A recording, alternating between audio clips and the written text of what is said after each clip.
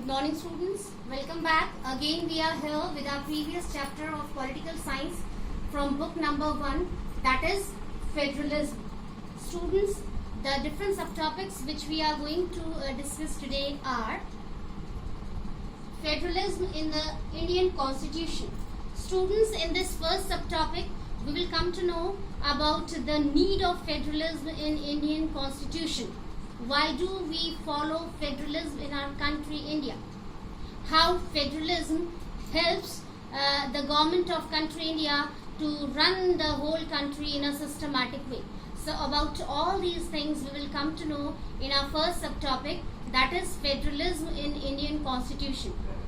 Now in second subtopic, students, a strong central government. We will come to know about the significant role of central government. As we know that under federalism we have 3 levels of government: central government, state government and local government.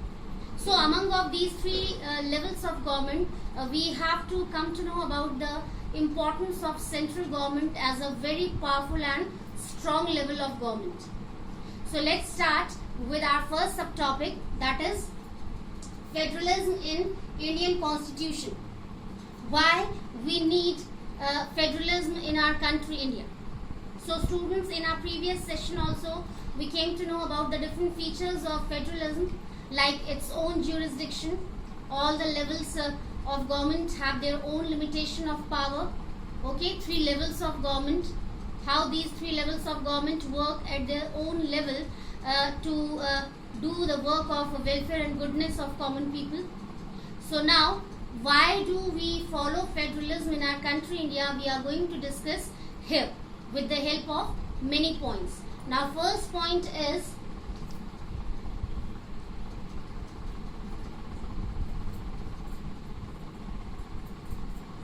to work at different levels for the goodness of common people. So students, this is the most important reason for having federalism in our constitution. We know that different people, they used to live in country India. India is a vast country having so many diversities. In previous session we discussed about that beta. Okay, so for all these people we need a kind of system which can be able to work at different levels but in a same way. Why we are saying that in a same way? Yes, because government, whether it's central government, state government or local government, all these levels of government have only one purpose. What is that? To work for the welfare and goodness of the all the common people, we can say. Okay, so yes, so these different levels of government work at different levels, but their purpose is only one: to work for the welfare of the common people. Okay, so central government takes care of the whole country. Whatever central government works, it's for the whole country, not for an individual state, not for a special community or caste. Okay, central government takes care of the whole country together. Now we come to state government. State government takes care of an individual state. For example, if we talk about Uttarakhand government, so Uttarakhand government has responsibility to take care of the people of Uttarakhand specially, to work for their welfare and goodness. In the same way, the government of Rajasthan will work for the people of Rajasthan, will work for its own state Rajasthan. So this is the duty of state government. Now in our previous session we came to know that local government is formed for reducing the burden of state government. So here again we have to take local government as a kind of a helper, we can say, okay, for helping state government especially for the reduction of the burden. And under local government, what comes? In previous session we came to know beta. Okay, under local government, panchayat takes care of villages and rural areas, and for towns and cities we have municipal corporation to take care of these towns and cities. So in this way, different levels of government work at different level, but for the welfare and goodness of the people only. Second,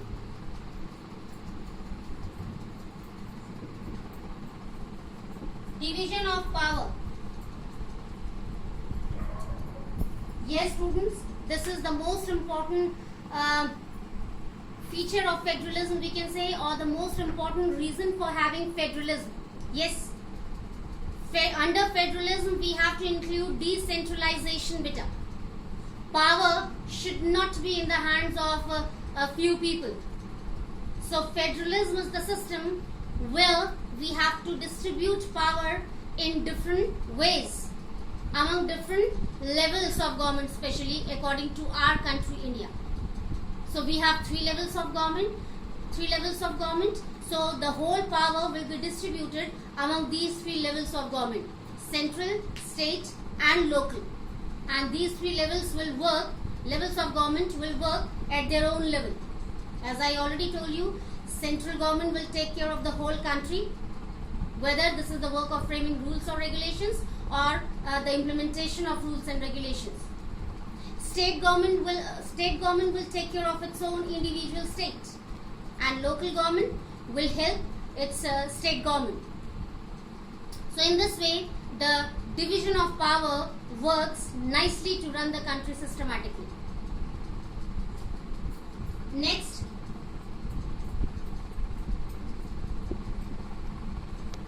to maintain unity in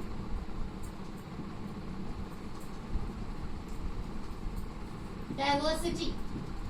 Students, yes, as we know, India is a vast country and there are lots of diversities on different bases. Diversity on the basis of religion, diversity on the basis of language, diversity on the basis of tradition and culture, diversity on the basis of caste and community. Even then, federalism works nicely, follows all the rules properly by maintaining unity in diversity beta. Yes, and we know under federalism what comes? Three levels of government. So all these three levels of government take care of this diversity in a very proper way beta. For federalism, it does not matter for which community means the levels of government are going to frame rules or regulations. It doesn't matter for federalism. Under federalism, different levels of government never take care of this thing that the common people are belonging to which religion, common people are belonging to which caste or community, what kind of traditions and cultures are going to be followed by the common people. For different levels of government, it does not matter. What matters?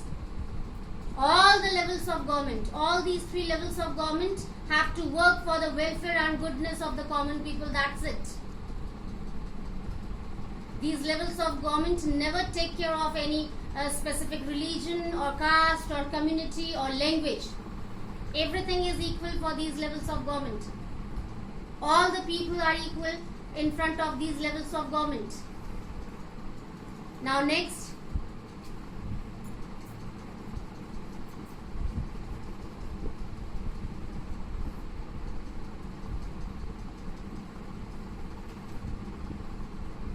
to take care of all the people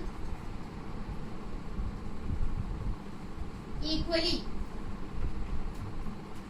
Yes, all these levels of government, as I told you, work for the welfare and goodness of the common people, students. Okay, so whatever work they are going to do, like framing rules and regulations, the implementation of these rules and regulations, framing any policy or scheme, everything will be for the welfare and goodness of the common people, and which will be equal for all. Again, I want to emphasize, okay, nothing is special for these levels of government. No caste, no community, no religion, no language, no tradition or culture.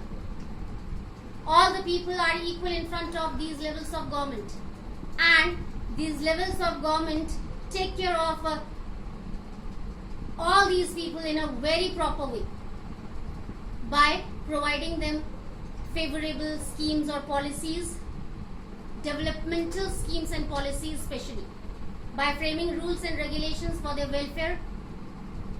Now students, we are moving towards our next subtopic, that is a strong central government.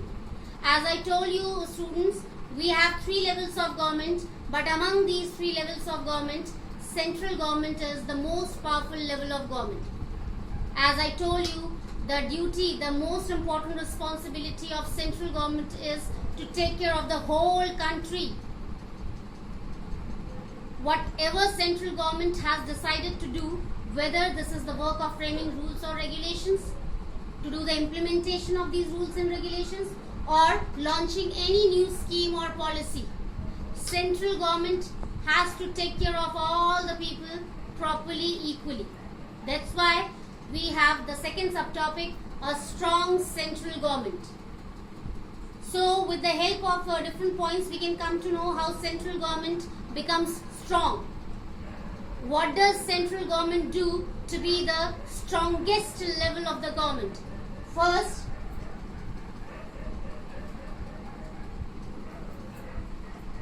to work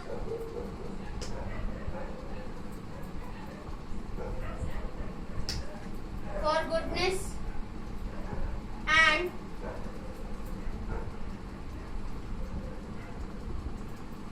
welfare of the common people. Yes students, central government has the most important responsibility, that is to work for the welfare and goodness of the common people first. Okay, whatever work central government is going to do, it should be for the goodness and welfare of the common people. Second,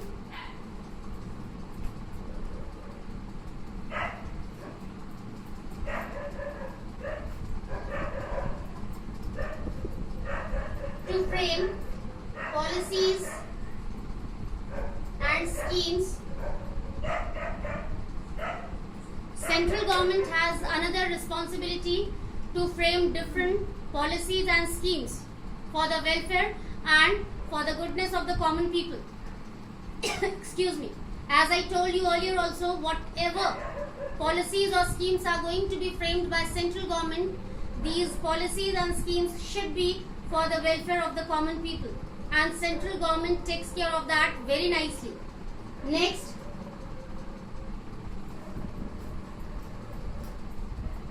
to do implementation. After framing the different rules and regulations for the welfare of the common people, now central government has another responsibility to execute them, to apply them for the welfare and goodness of the common people better. That's why central government is known as the strongest level of government. Now next is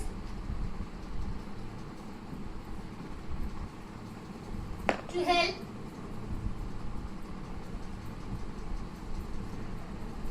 other levels of government. Yes students, central government performs its duty nicely towards other levels of government also. Time to time, central government helps state government as well as local government by transferring power to them, by giving suggestions to them, so that these levels of government can also work for the welfare of the people in their own locality or area or state, we can say. Next is takes charge whole country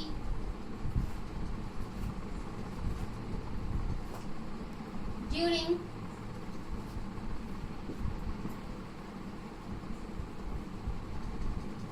emergency. Really, students, sometimes a situation comes when we have to follow emergency kind of circumstance in our country, whether in case of any war or battle or any financial crisis. So in these situations, emergency can be followed by the people of different levels of government, especially central government. According to the order of central government, yes, the emergency can be followed in the country. So at that time, central government takes care of the whole country in a perfect way. All the charges can be in the hand of central government. Next is